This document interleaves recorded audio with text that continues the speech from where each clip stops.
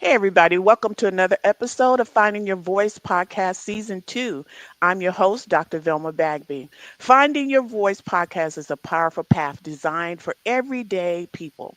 There's authors that are coming on as guests, entrepreneurs, ministry leaders, and business owners who have found their true inspiration and motivation for their assignment.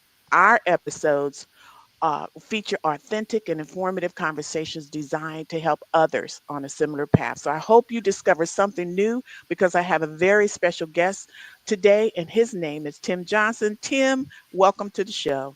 Well, hello. I'm so honored to be here. Thank you for having me, Dr. Velma. I'm excited.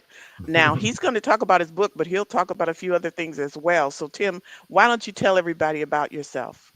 Well, I'm Tim Johnson. Once again, I'm a country boy from Raleigh, North Carolina, who knows a few things about hair, beauty, and fashion. Um, I, but I say I'm from Raleigh, North Carolina. Like I said, I'm a single parent raised only child. My mother was a diva. My mother retired from IBM as she was a corporate diva, and she just had it all together. She crossed her T's and dotted her I's, and she took very good care of me. I'm a mama's boy, grandmama's boy, and a granddaddy's boy. And I got an old soul, but like I said, I know a few things or two about beauty and fashion. I grew up wanting to be a showbiz kid. I wanted to be a superstar. Okay, I wanted to be on Broadway. I Oh, sing, wow. I can dance, I can act, I can tap one every. I was winning a dance contest and song in front of my school, and I was the one they always would give the solos to. And they changed it because I went to a predominantly white high school. They would change around the characters in some of the starring plays and make it black roles for me and different things like that. So I've had some wonderful, wonderful times in my life. I have some broken times in my life as well when I didn't know exactly who I was. I had some dark places, and I didn't know who I was. I didn't grow up with my father, and I had some traumas, just like a lot of us. And it actually caused me to be I was at home as the only child. I was a superstar at home, but when I would get in front of people, I would hide it until I remember eighth grade, which really brought me out in the eighth grade. I had an English teacher who was very near and dear to me, a black lady. Her name was Miss Omega Sanders. And one day, the Delta Sigma Theta's organization, they came to our middle school and they were looking for gifted and talented children of color. And I'm sitting in class, and honestly, I just really be honest with you, with the way things happened in my childhood, right into this breaking point, I really carried myself as if I was invisible. I don't know if you can familiarize yourself with that, but I had a sign on my forehead that I was not important. I was not, you know, as good looking, or I wasn't popular. So I would act as if I was kind of like invisible. And I didn't take the front seat in the class. I didn't do different things like that. But at home, I shined. I was a superstar. I sang with the Afro Combs. The Mirror was my best friend. I would dance. I could cook. I would compliment my own cooking and different things like that. And I had my system because my mom was a very systematic woman, and we moved to Maryland whenever I was in the third grade. So from the third to the seventh grade, um, I had a whole lot of time to spend by myself. You know what I'm saying? Because I was in a different culture, in a different place. So I was a latchkey kid. But long story short, back to Miss Omega Sanders, and she, whenever that she had the responsibility of referring 5 kids from her class to work with Delta Sigma Theta, and I sat like middle to the close to the back of the class, and whenever she called out the students, I'm just reminded of the story when you asked me that. So this is just what God is glowing in my heart, about, telling a little bit about myself. And she called out Reba Sutherland, Karen Joyner, Michael Beckwith, people's names. And then she said Tim Johnson, and then she called someone else's name. And I just sat there. And the kids got up and they left out, and I was still sitting there. She was like, Tim Johnson? I said, oh, yes, ma'am. She said, I called your name. I said, you called my name for what? I mean, she said, to go with them for the gifted and talented kids. And I was like, me? And she said, Tim Johnson, yes, you get your stuff and go. And I slowly packed my bag, got my bags, and I was moving really slow. And as I got up to the front, I walked past her. This, I said, "Are you talking about me, Miss Sanders?" She said, "Yes, I'm talking about you." I said, "Okay, I must not understand. What does gifted and talented really mean?" And I just couldn't get the fact that she was saying that she basically like discovered something that I had already discovered about myself, but I never in a thousand years thought that other people. Yeah, you didn't promote it. I didn't promote Dr. Velma. Yeah. You hit it on the head. I Mhm. didn't promote that. Mhm. And at that age, when she said that, she made me aware that someone else saw me. Okay. Mhm. And when she said that, I slowly walked out the room and she told me to get out of her face and get out of that room and go with those people. So I went out of the room and that began my walk to discovering who I really was. Mhm. And me jumping into this industry of hair, this has been an eye-opening experience, this whole journey, this whole life. I would say this whole life. And that's who I am. I'm a master stylist. I'm a world class hairstylist. I have done hair all over the world. I've represented some of the top hair brands from L'Oreal, Mazzani to Bronner Brothers, the big hair show in Atlanta, Georgia. I have hosted that whole entire stage for like 12 years in a 12-year run. It is the largest urban hair, beauty hair show in the world. And during the summer, we would have over 100,000 people from all over the Yeah. world, and in the midwinter, we would have over 70,000. I've toured. I've worked with major brands. I was a casting director for BET Rip the Runway, Pantene Relax and Natural. I was their brand ambassador for that. I've owned my own hair product line, Tim Johnson Systems. I own my own production company. I produce and coordinate some of the largest fashion shows and hair shows in the country. I Mhm. have actually worked with some top networks, and these are things that as I'm saying this, um, just so you know, I am a big waterhead. That's So okay. if I cry because a lot of times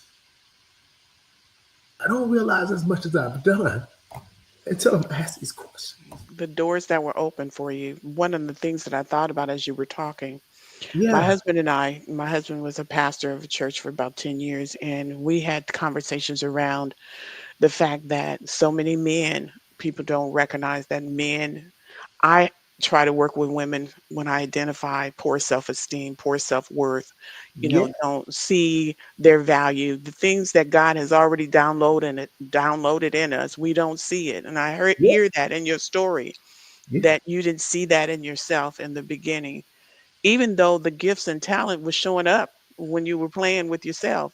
yeah, So my husband and I have those conversations. He said, we really need to do one of those for men. We really need to do da da da da da for men. I said, you're yeah, absolutely right. yeah, And I remember when I was writing my books, some of the male readers wrote to me, when are you going to talk about the wrong women to date? I said, because I talk about the wrong men to date for the women.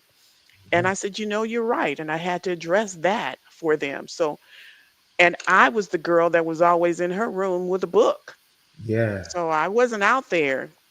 yeah, I was really timid and shy in the beginning of my journey, and part of that allowed me to, be picked on and talked about, and all of those other things that you just described. yeah. But yet, God causes us to rise And above we want to do it. all of that stuff, and the I don't people need you to who play it. Don't you play on this interview because you know we'll turn up. hey, and sing a number, right? Uh-huh. I'm alto, by the way, first alto. Come on. And what happened is that he takes that. Hmm. And what I say is, when I'm talking to couples or potential couples, I said, if you've been married 2 minutes, don't put a sign next to your name saying specialist, marriage No. counselor. Get some years under your belt, have some difficulties first before you come and talk to me. And Yeah. so here you are saying the same thing. Yeah. get Yeah. some experience, and let me tell you what I've been through. And what Yeah. you just did is you validated why you are where you are Yeah. and why you were able to release a book. If Yeah. hair could talk, Yeah. you Yeah. just validated your expertise about it. All over the world, you've been to And you hair. know what's so good about what you're saying is the fact that I knew that there was books in me. Yeah, And because Holy Spirit, am I fine to say Holy Spirit on here? No. I'm a Christian. This is a Okay. Christian platform. Okay. Okay. You know, hey, look, I get interviewed by a lot of people. They're like, hey, No, you no, know, I make it you clear, know, but at the same time, if the person is not a believer, I don't want them to feel uncomfortable. But absolutely. my platform can't be any more than who I am, Yeah, and and I it is am. finding your voice, and that's exactly what happened. Because honestly, I knew from an early age, I knew that I was called to do Yeah, something great. Holy yes, Spirit has always told me, and I grew up as a church boy, and I loved everything about church because I love hearing the sound of the words that God wanted to use me. yes, And I wanted to be used by God, not really understanding the fullness and the essence of that. And I right, did not know exactly how my life would unfold. right. But I always took joy and pleasure in knowing that I wanted to be used by God. And I knew that there, as I became a candidate for being used by God, that I was overjoyed. I walked around in life with my hands like this, like trying to figure out how I would be used. But I knew that as I saw certain things, how God would use other people, I knew that, and I was aware that, okay, I don't see me, God using me that way. Okay, I'm And going to pause. yeah. Hold on just one moment. Okay, Tim, why don't we go ahead and get into your book? Tell us about If Hair Could Talk. Well, you know what? I'm so glad that you brought that up. But first of all, this is the book. If Hair Could Talk. This is my first book, guys. I always knew that I had a book in me, but I never knew. I'm one of these people. I was Dr. Velma. I would start a book and be like, "Look, I'm going to write this book," and then life happens. I get distracted. And I'm somewhere else. Wow. You know what I'm saying? And just to complete it, and I did. I started. I wrote a book last year, and when I wrote the book last year, I went through it with my editor, the whole nine, and I went through an episode with what is it? Imposter syndrome. I felt Uh-huh. like I was faking. I Really? wasn't that. It's something I went through personally, and honestly, I like all this. I have to. Whenever I hear what I've done and I look at what I've created and I look what I've accomplished, um, I had life just began to life, and it's just something I went through, and I didn't know why I let that happen, and it slimed me. But I still got the book, so that'll be coming out after Well, this. look, what stood out for me is that you discovered that hair care carries history. It carries trauma, it carries triumph, it carries silence, it carries strength, it carries shame, beauty, identity, and purpose. Period. Period. So When a I'm woman ready to. when a woman walks in a room, and honestly, when a woman walks in a room and she sits in my chair, my approach is I hear her hair before I hear her. Right. I hear her hair, and I don't take judgment to that. I don't. I Yeah. don't judge it. Hair, and it's almost like I have a gift of discernment. I can just discern what's going on in her life by what her hair is saying. Yeah. And it's the voice behind the style. And then I look at it from a transformation standpoint. Mhm. 95% of the women that come to me, they come to me for image discovery. And when Mhm. they come to me for image discovery, 9 times out of 10, they have no clue. They have a clue of what they think they ought to look like. But Yeah. most of the time, what they think they ought to look like has nothing to do with their hair. And They're they trust actually your thinking that their opinion. whole identity needs to look like something else. And Yeah. a lot of those times is because of the fact that people are having identity crashes and crises Mhm. because they are not happy with what has happened to them, or they're not happy what's happening to them, or they're Mhm. not happy what's happening inside of them. So a Uh, lot of these all of challenges, that's from hair. all of that is from hair. And yeah. So what happens is the hair tells the truth before we do. So Well, yeah. yeah. So I talk about how hair is more than just a look. You know. Mhm. So that's where I start off from. Well, why It's don't you go emotion. ahead and It's read us an excerpt from the oh yeah. book? I would love to. What I want to read to you first of all is I want to read to you my introduction Oh, into okay. the book. I'll go there. Okay, we'll go there. Okay, Okay. introduction. Okay, if hair could talk, it would tell the truth we've been avoiding. Let me start by saying this ain't your average book on beauty.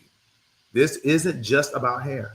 It is about the hands that touch it, the Mhm. hearts that carry it, Mhm. and the legacy that's braided into every strand.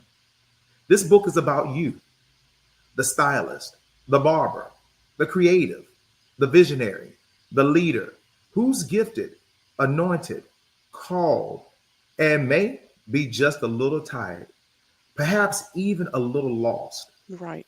but still hungry for more. Mhm. First things, let's do this first things first. I wrote this because I've lived this. I've stood behind the chair for decades.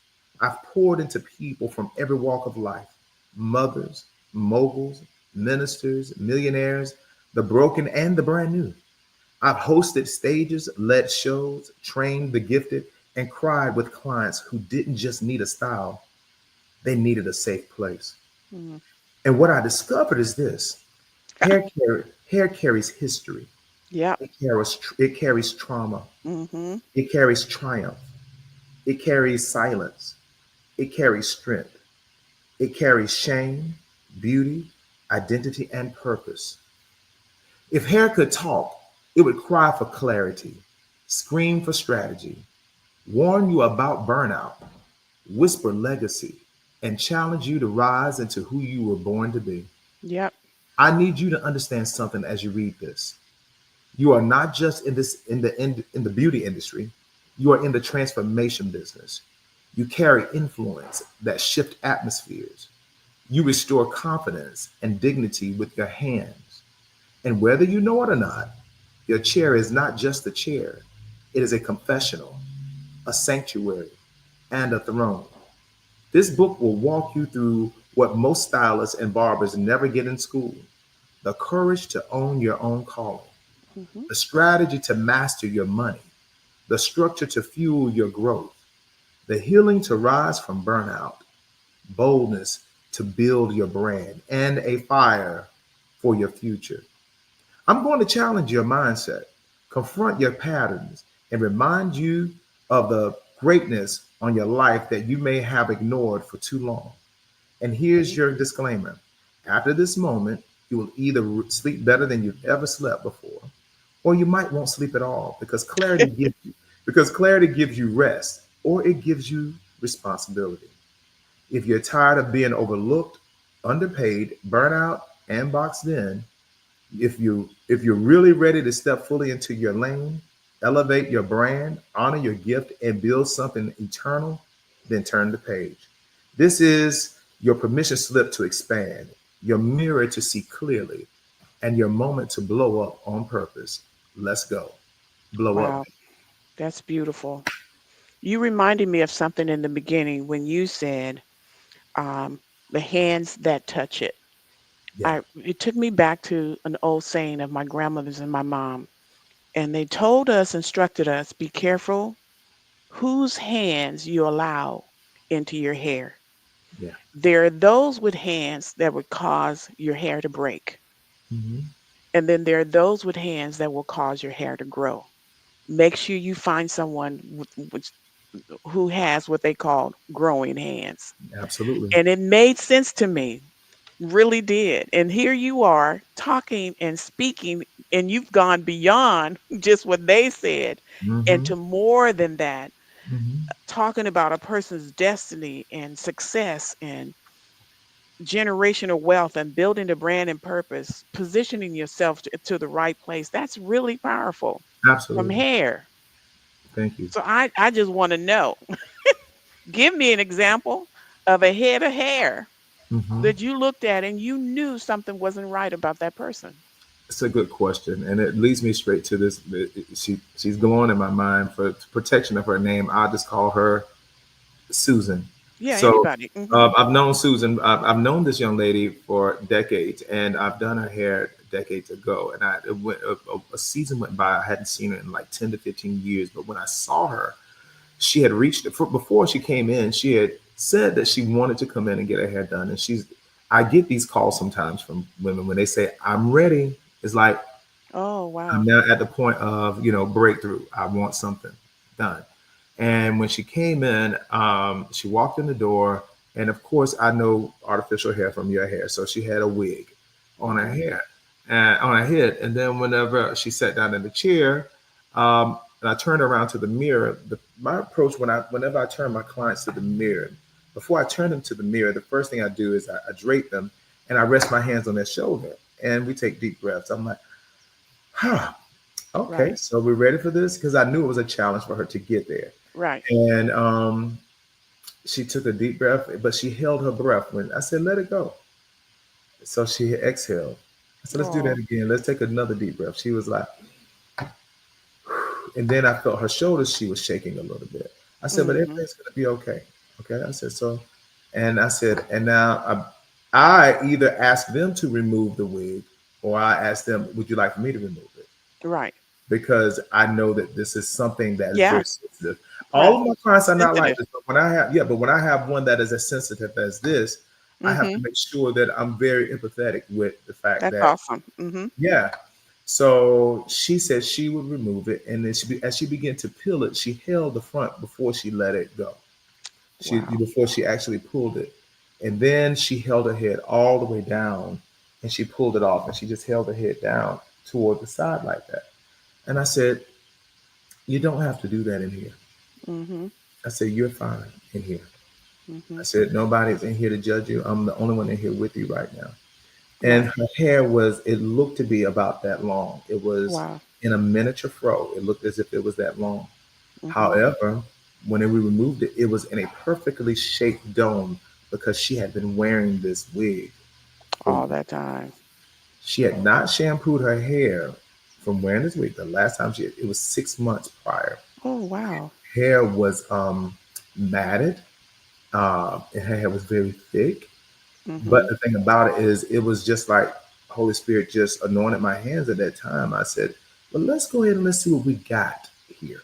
You're And right. as I began to lightly brush and detangle, and I Mhm. lightly brush and detangle, her hair was, if I had straightened it, it would have probably been to her elbows. Oh, wow. Much it was pressed down, pressed down. Right. Right. That's a lot. It was compacted. And so just think about all of the sweat, all of the debris, all of the Yeah. dead scalp, the layers of Right. scalp. And come to find out, whenever I ask her questions, and I don't go into like, what in the world? Like, oh my Yeah. God, Don't that, make them feel bad. Mhm. because you can dig a hole deeper for a person. So whenever, and automatically her hair started ringing to me trauma. It started Right. ringing to me trauma, and that the wig wasn't it was an opportunity to bond with the trauma. Like it was trauma, Mhm.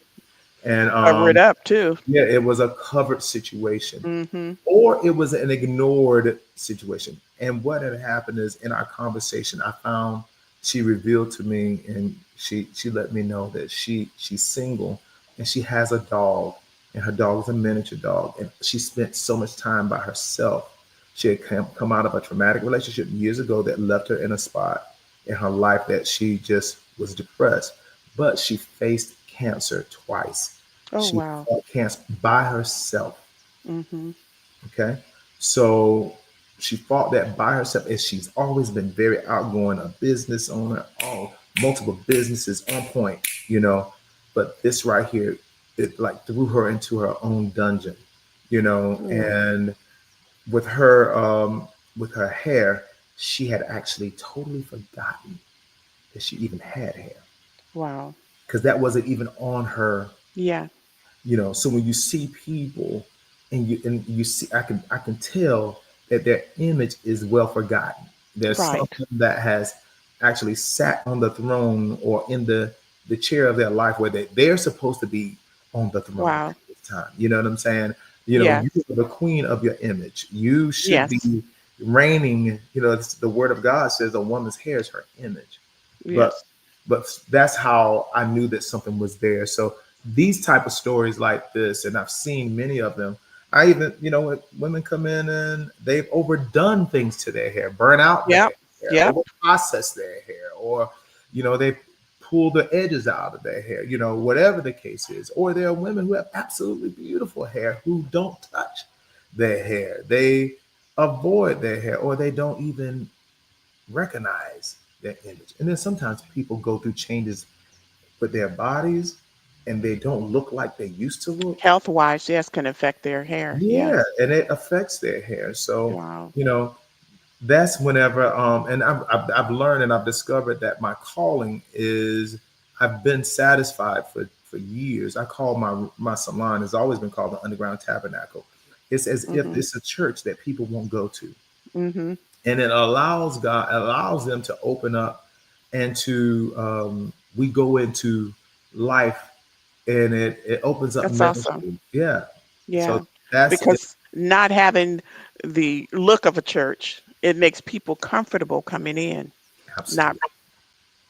into. That's a beautiful testimony. Yeah. I love that example that you shared as well. Hmm. I am encouraged, and you don't realize how fast our time goes. Oh, okay. I'm with it. We've You been can have me back if you have me back. I would we've had a good time. Yeah, we're gonna have a love. part two.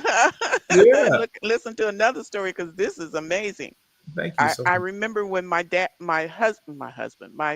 oldest brother was disappointed when I made a decision that I wanted to cut my hair off. I wanted it tapered. I've always watched his wife do some beautiful designs with tapered hair, and I've had long hair all my life, and he would not cut it.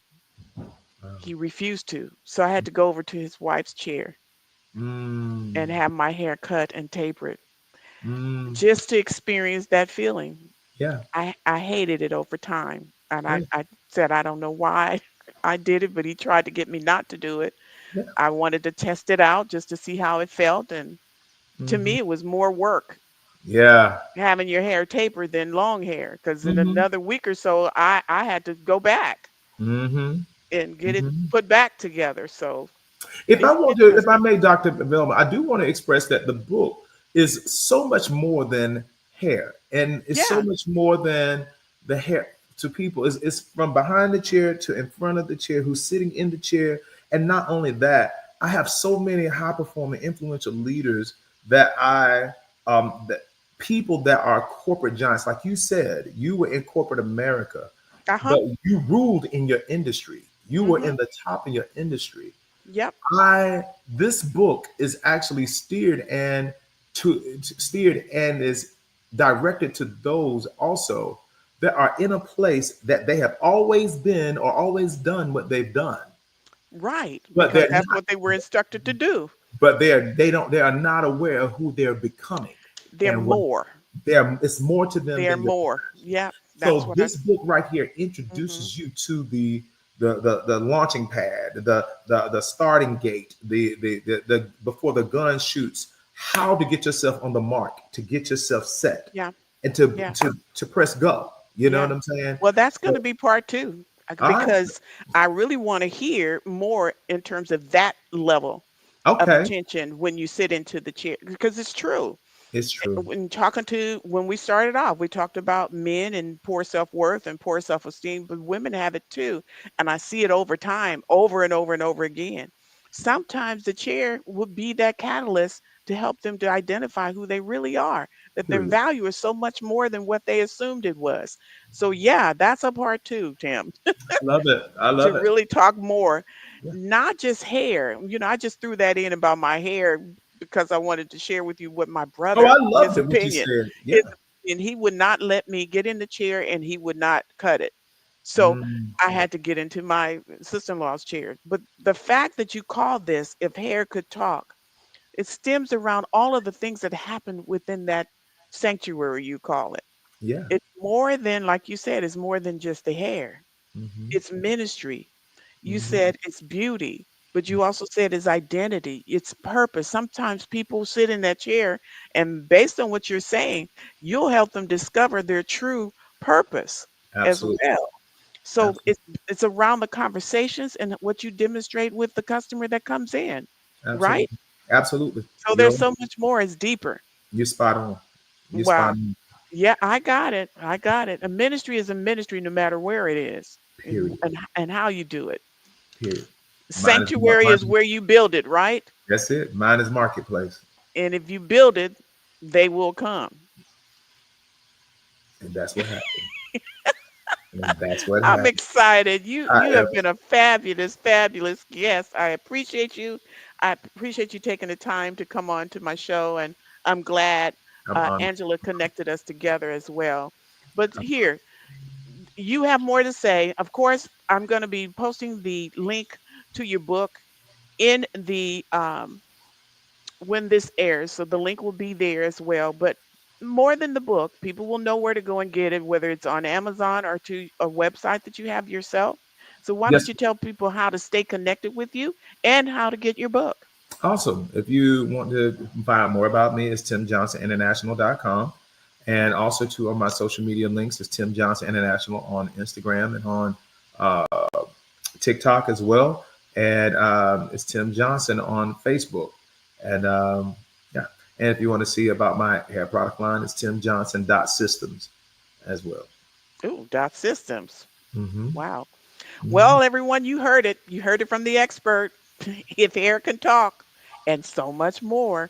This Yeah, has been a wonderful conversation that I had with Tim. I just met him today, so I can't wait to have him back on the show so we can give you all a part two.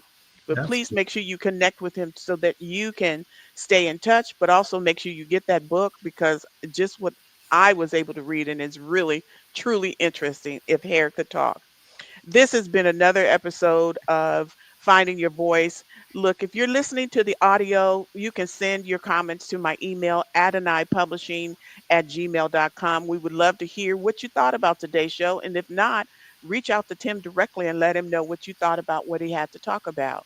Let me know how you enjoyed the message. For those listening on YouTube, you can subscribe to my YouTube to make sure you do not miss another episode. So there you can set the reminder and it will remind you when the next episode is airing. I want to thank you all for tuning in to Dr. Velma Talks. This has been your host, Dr. Velma Bagby. Have a wonderful day.